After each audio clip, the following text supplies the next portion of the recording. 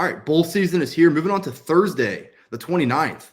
In the Cheez-It Bowl, we got Oklahoma taking on Florida State, seeing the Noles with a chance to get to 10 wins as a 9.5 point favorite. Sorry, I had the total at 9.5, which is clearly not right. Total's at 66 in this matchup. I think a lot of people will be on Florida State in this spot. They obviously had a very strong finish to the season, and this is the best Florida State team we've seen in probably over 5 years. I mean, this has been a really good year for Mike Norvell and co. I'm going to say this, though. In their tougher matchups this year, have they pulled away and won by double digits? The answer is no. And they played LSU to start the season. And let's be clear, that was not a good LSU team at the beginning of the year. It might not even be a very good team now.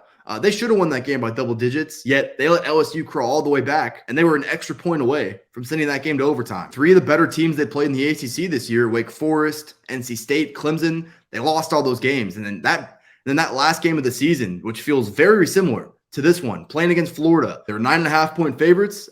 They won, but they only won by 7. I don't feel great about this Florida State defense, particularly in their secondary. They are physical up front with Jarrett Verse, Fabian Lovett. I think they're fine at linebacker, but it's really that secondary. I mean, DJ Uiagalelei had success against this unit. Anthony Richardson created some explosiveness through the air. Last time we saw these Noles, I think Dylan Gabriel is more than capable of doing the same. I don't think Gabriel's had a great year. I think he's been a little bit hit or miss. If you've watched Oklahoma games, he's definitely left a lot of plays out on the field. But, in this Jeff Lebby veer and shoot system, I could see a world where Oklahoma has a pretty good day through the air. I guess where I worry about Oklahoma is on their offensive line, first off, because they're down 3 starters. Both their tackles and their center won't play in this game.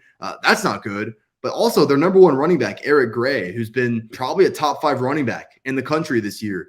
He opted out as well. So this is an offense that's not at full strength. But even despite that, I mean, when you still got Gabriel and you still got those receivers going up against this Florida State secondary, I wouldn't be surprised if the Sooners do have some success. It's really on the other side where I don't have as many questions. I do think Florida State should have a pretty efficient day going up against the Sooners. We've seen Oklahoma be pretty weak up front this year, struggle to get pressure on the quarterback consistently. That's not going to work out well going up against a very physical Florida State offensive line.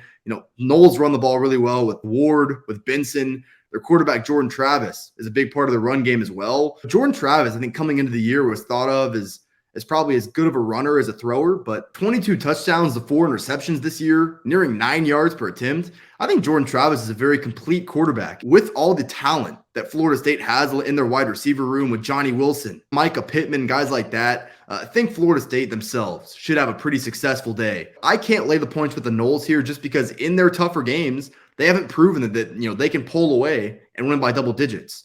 With that said, do I want to be on Oklahoma with 3 linemen out, with their explosive running back out, with some of their defensive issues we've seen this year? Not really. I don't hate a play on the over as well because I think Florida State's going to hold up their end of the bargain.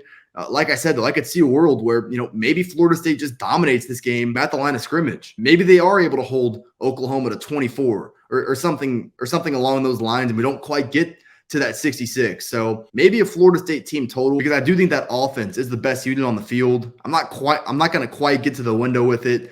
Should be a great game to watch. I'll be rooting for Florida State as a Longhorn fan, but ultimately no play on this game for me.